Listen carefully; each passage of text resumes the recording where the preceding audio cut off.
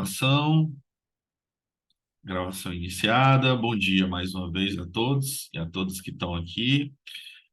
Aqui conosco no ambiente virtual está a Caroline Tomás, a Isabela Fernandes, o João Gabriel e entrando agora a Nani Carvalho. Sejam bem-vindos e bem-vindas. Pessoal, vamos já aqui, né, começar com tudo, né? A gente vai ter as reuniões agora de agosto até dezembro, tá? E aí nós vamos já começar agora em agosto com um absurdo, né? A gente vai fazer uma brevíssima apresentação aí do estrangeiro. Quem leu, pelo menos uma parte, há algum tempo atrás, ou leu agora, enfim, participa comentando, mandando mensagem, não sei, né?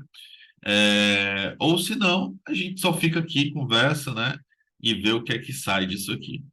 O absurdo em agosto, né? Como eu disse, hoje vai ser mais estrangeiro, só um pouquinho de O Mito de Sísifo, e na próxima semana a gente fala mais sobre o mito de Sísifo, tá?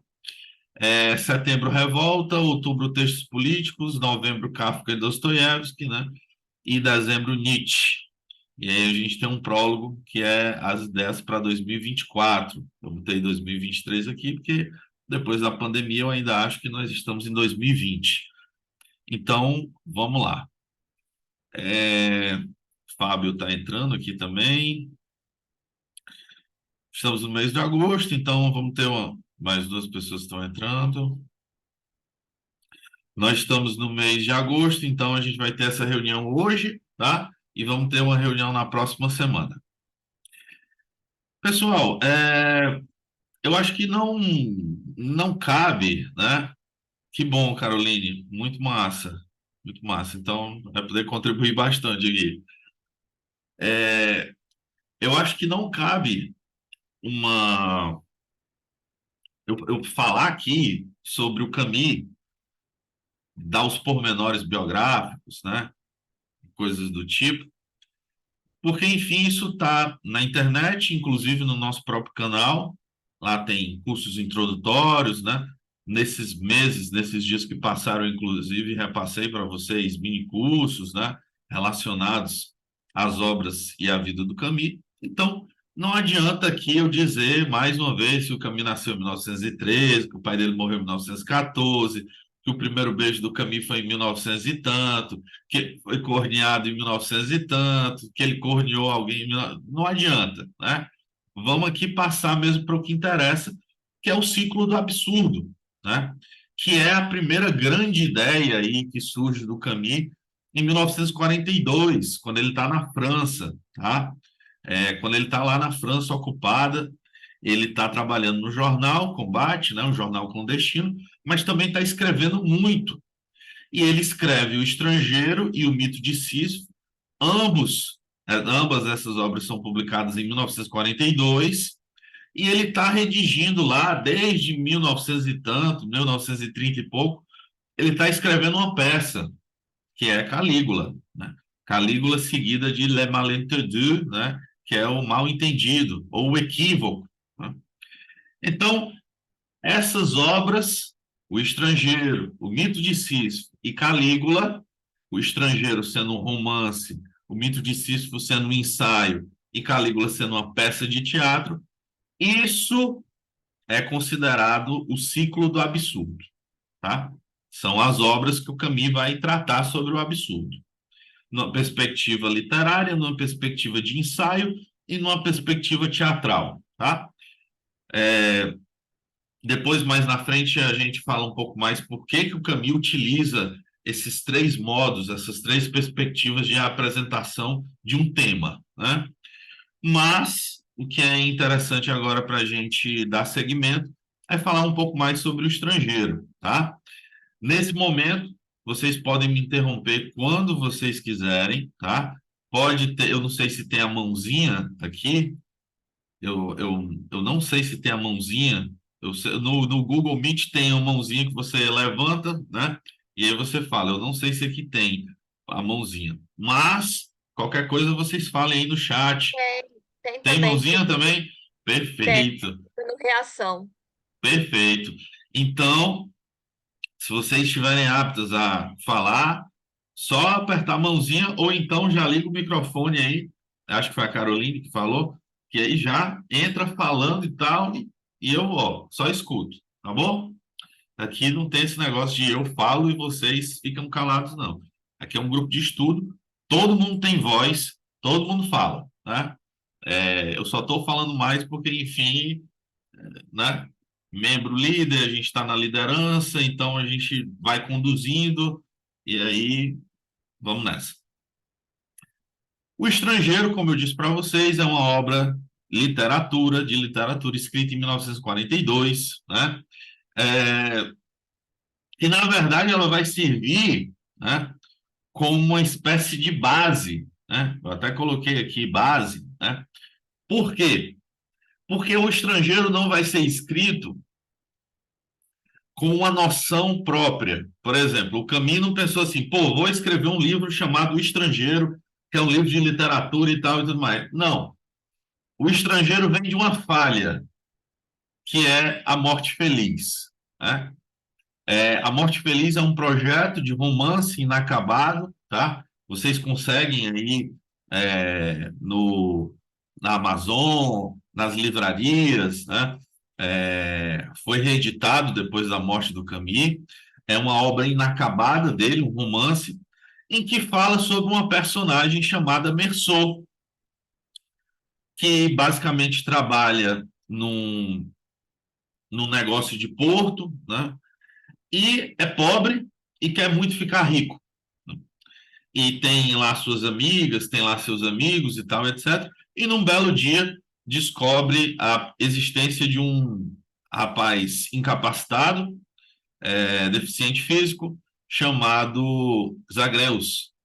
E basicamente eles conversam ali sobre muitas coisas e o Zagreus diz, em miúdos, você me mata, fica com meu dinheiro e vai viver sua vida.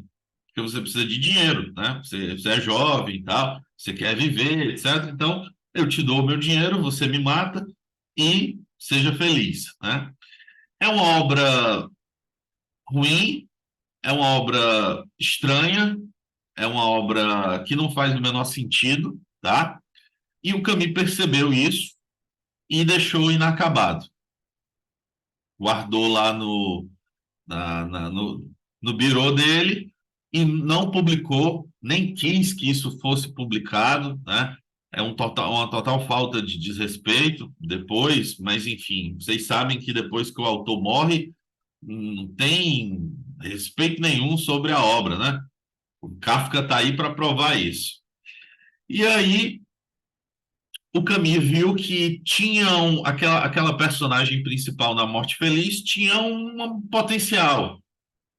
É um cara que trabalha no negócio, que tem uma vida mais ou menos pobre, enfim, começou a pensar e começou a redigir o que viria a ser o Estrangeiro, que o Estrangeiro começa efetivamente num dos modos mais brutos, abruptos, da literatura mundial, né?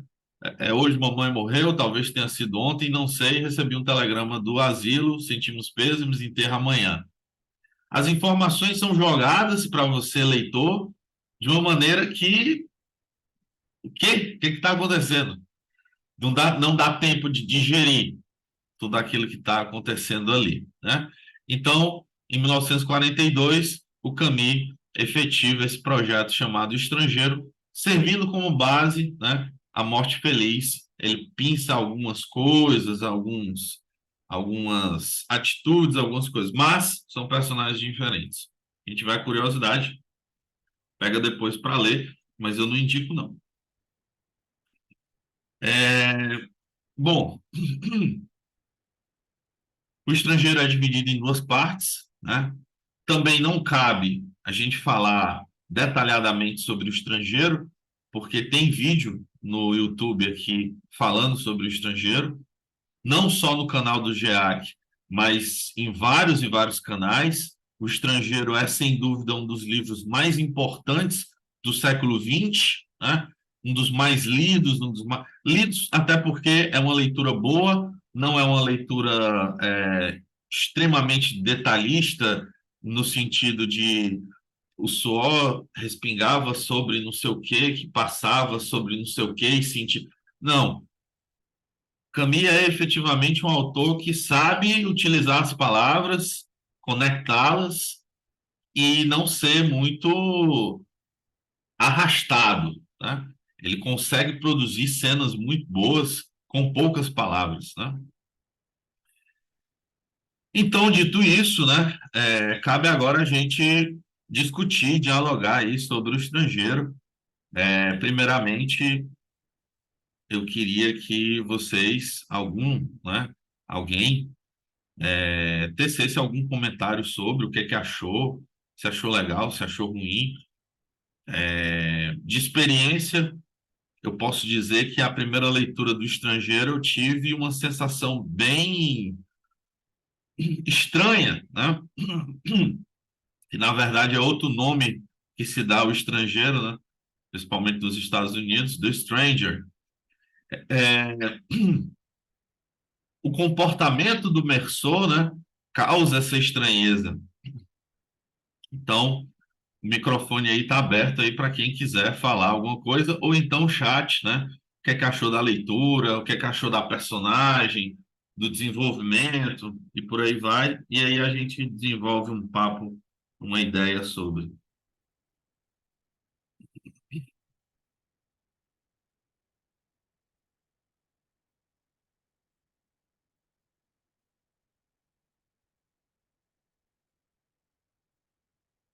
E se não quiserem falar, tudo bem também, tá? Não tem problema não. Aí a gente continua daqui.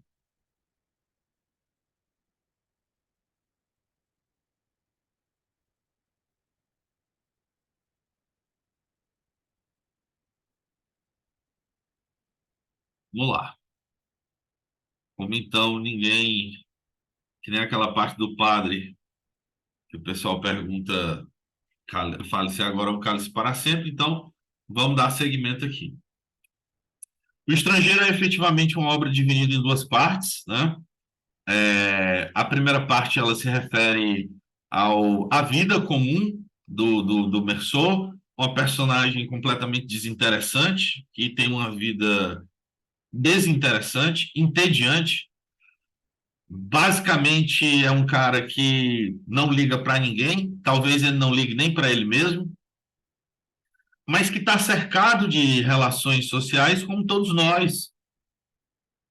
A grande questão aqui que envolve é que todos nós conhecemos algum Mersô, ou então somos um Mersô, né? Essa é a grande questão aqui que se apresenta. Camus escreve uma personagem que não é extraordinária. Todo escritor, de alguma maneira, né? Todo escritor, de alguma maneira, quando escreve a sua personagem, né?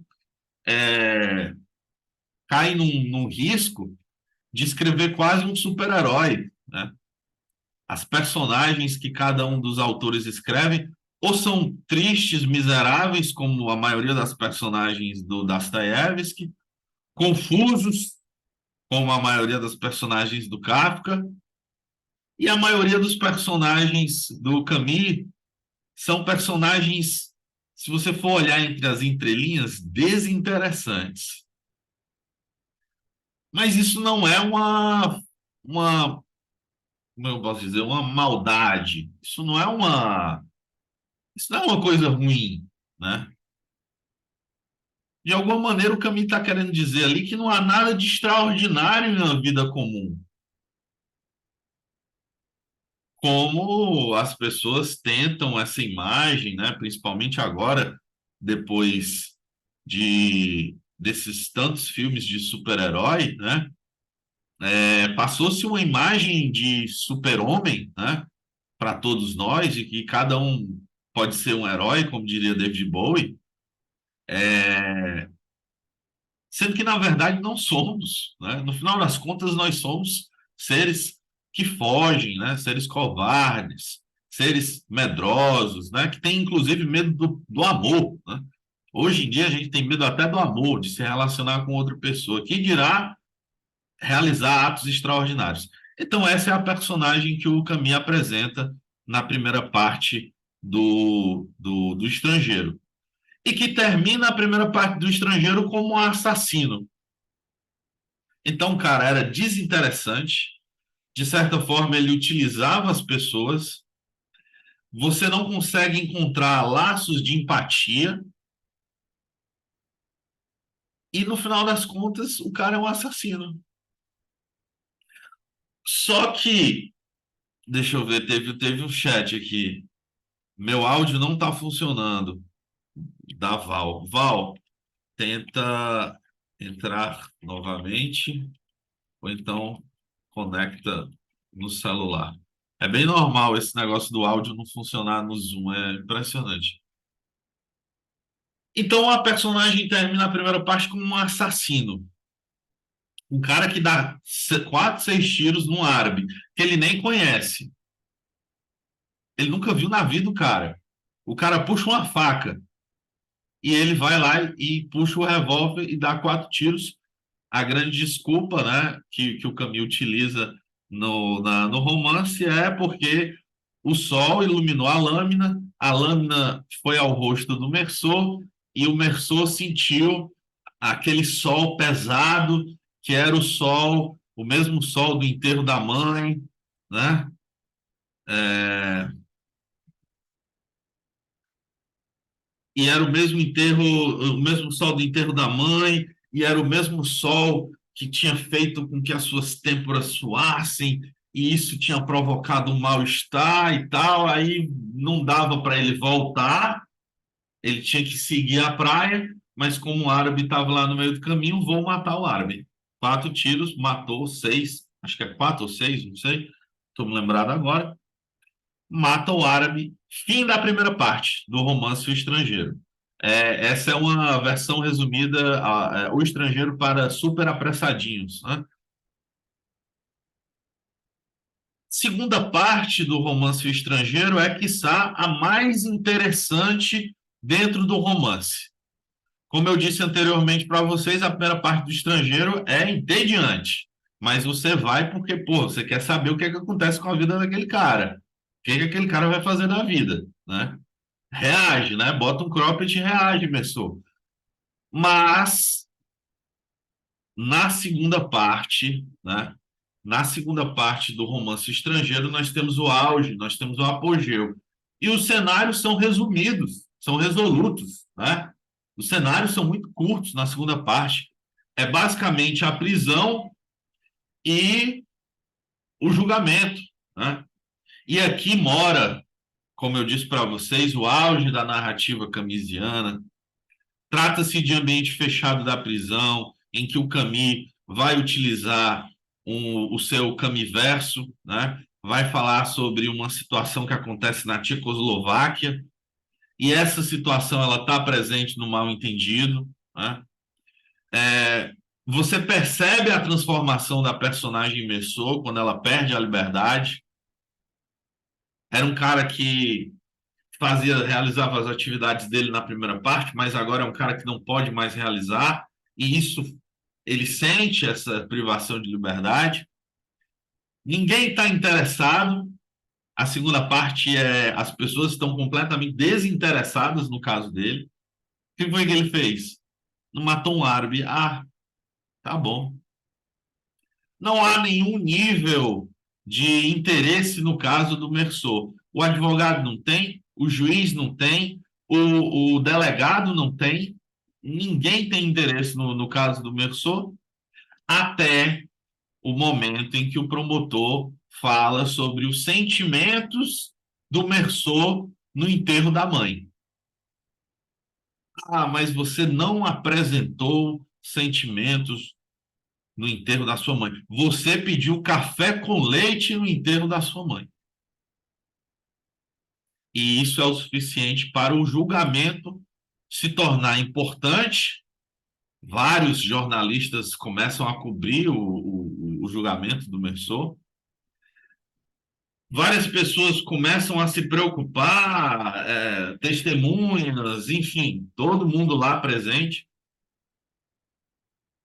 Para piorar a situação, depois do enterro da mãe, o Messor vai para a praia e convida a namorada dele para ir ao cinema, assistir um filme de comédia. Isso é um escândalo dentro do tribunal, né? Então aqui a gente tem uma crítica camisiana à relação da justiça com o social, com o pessoal. Pô, mas o que que a justiça, o que que o juiz tem a ver com os meus sentimentos? O que a sociedade tem a ver com o que eu sinto ou deixo de sentir? Basicamente é isso, gente. Parte 2 ela é basicamente isso, né? Se alguém também tiver algum comentário, alguma coisa, alguma parte que achou interessante, fale agora ou não, né? Enquanto eu tomo um cafezinho. Já tá frio.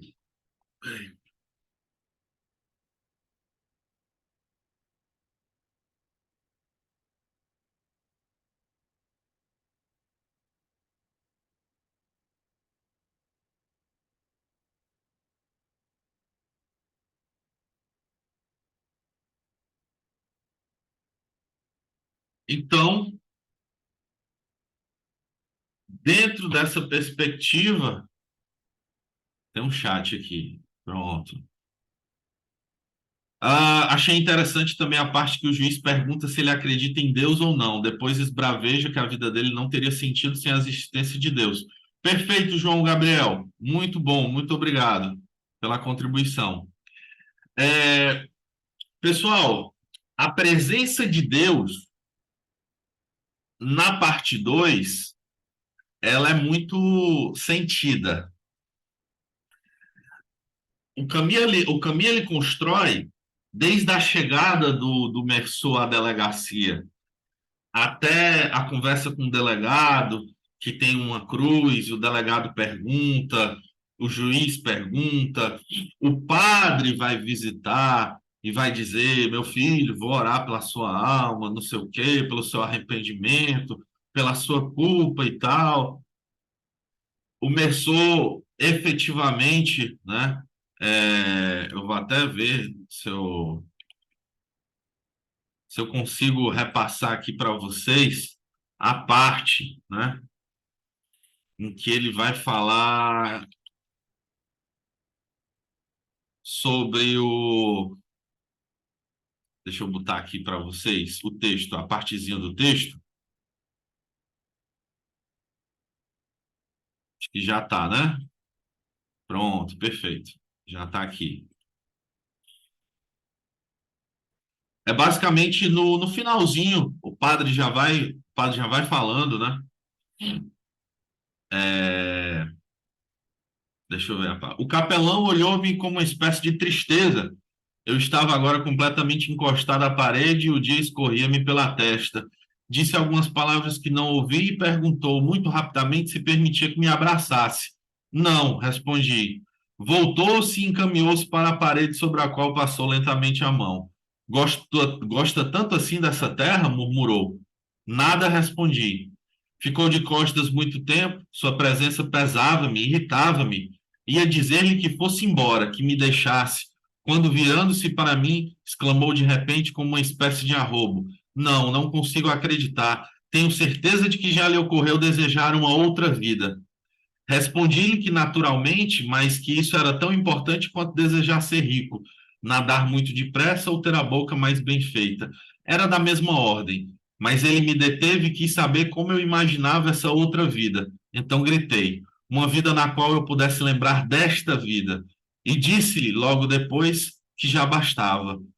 Queria continuar a me falar de Deus, em Deus, mas eu avancei para ele e tentei explicar-lhe pela última vez que já não dispunha de muito tempo. Não queria perdê-lo com Deus. Tento mudar de assunto, perguntando-me por que motivo o tratava de senhor e não de pai. Tem uma relação de chamar padre de père, né, de père, de pai. Isso me enervou e respondi-me que ele não era meu pai, estava do lado dos outros. Não, meu filho, disse ele, pondo a mão em meu ombro. Estou com você, mas não pode saber, porque tenho um coração cego. Rezarei por você. Então, não sei por quê, qualquer coisa se partiu dentro de mim. Comecei a gritar em altos berros, insultei-o e disse-lhe para não rezar. Agarrando pela gola da batina, despejava nele todo o âmago do meu coração com repentes de alegria e de cólera. Tinha um ar tão confiante, não tinha? No entanto, nenhuma de suas certezas valia o cabelo de uma mulher. Nem sequer tinha certeza de estar vivo, já que vivia como um morto. Eu parecia ter as mãos vazias, mas estava certo de mim mesmo, certo de tudo, mais certo do que ele, certo da minha vida e desta morte que se aproximava, né?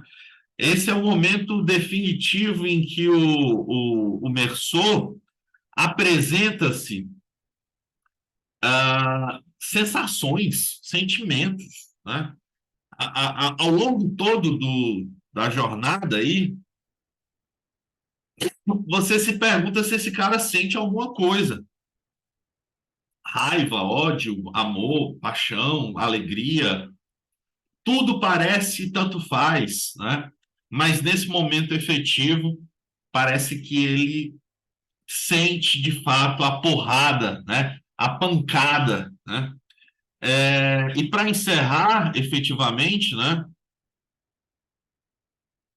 a obra, a gente só tem agora mais 6 minutinhos. É, um outro momento definitivo é quando o Meursault está ali sozinho na cela, vai ser morto, né? Porque foi julgado como assassino, efetivamente.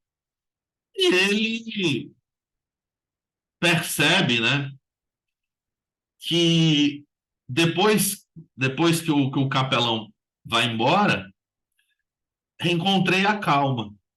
Estava esgotado. Atirei-me sobre o leito. Acho que dormi, pois acordei com as estrelas sobre o meu rosto. Subiam até mim os ruídos do campo. Aromas de noite, de terra e de sal refrescavam-me as têmporas. A paz maravilhosa deste verão adormecido entrava em mim como uma maré. Neste momento, e no limite da noite, soaram sirenes. Anunciavam partidas para um mundo que me era para sempre indiferente.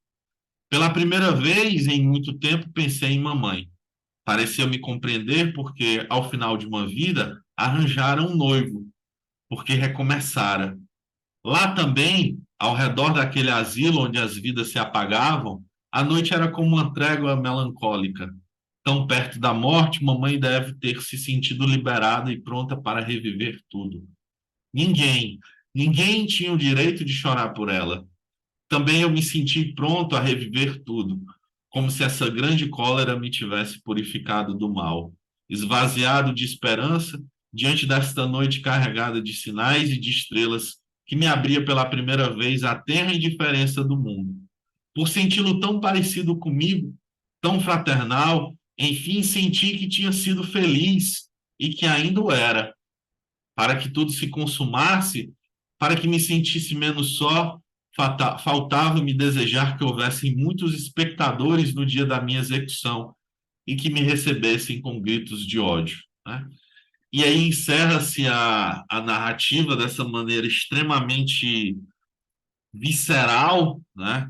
Dessa maneira extremamente bonita, né? Porque, enfim, ele está percebendo ali a indiferença do mundo e ele está percebendo a própria indiferença dele, né? E diante dessa situação ele sente-se contemplado. Eu sempre digo que para se iniciar a questão do absurdo em Camus, a gente deve começar pelo estrangeiro, justamente por esse final. Esse final é o pontapé de partida para o que a gente vai ver no mito de Sísifo. Efetivamente, esse final conecta com um raciocínio absurdo, em que no início do absurdo e o suicídio, nós temos basicamente uma das frases mais utilizadas no TikTok e no Instagram. Só existe um problema filosófico realmente sério, o suicídio. Julgar se a vida vale ou não a pena ser vivida é responder à pergunta fundamental da filosofia. Então, esta é efetivamente a apresentação do ciclo do absurdo, né? Essa partida, essa porta de partida apresentada pelo Camus na obra O Estrangeiro, e agora ele segue no mito de Sísifo, que é o que nós vamos ver na próxima semana, tá? Sugiro a vocês a leitura do Absurdo e o Suicídio, tá? Aqui na minha edição é página 17 até a página.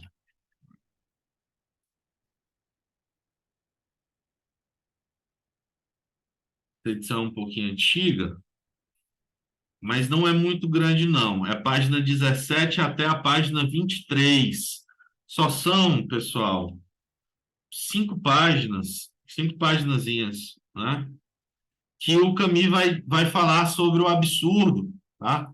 Vai iniciar. E eu acho que isso é o importante para a gente dar o ponto de partida, tá? Para a gente poder ter um diálogo. E eu gostaria muito, tá, que vocês efetivassem a leitura desse textozinho para a próxima semana, para a gente aqui dialogar um pouco mais sobre.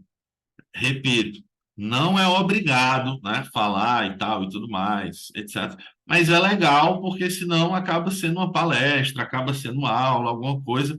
E aqui é um grupo de estudo, vocês fazem parte também, mas enfim, eu vou acreditar que esse é o primeiro dia, né? Quebrar o gelo e tal, essas coisas, vocês fazem parte disso aqui. É como um grande Velozes e Furiosos, vocês fazem parte da família Toretto, né? Então, vamos nessa. Pessoal, se cuidem, tá? Bom dia, tudo de bom para vocês. João Gabriel, eu vou responder isso aqui ou comentar na próxima, tá? Que a gente já está com o tempo esgotado aqui. O diretor aqui já está dizendo que o tempo encerrou. O valor aqui da Lan House está muito caro. Mas eu vou pegar. Tchau, pessoal. Até mais, viu? Até a próxima semana.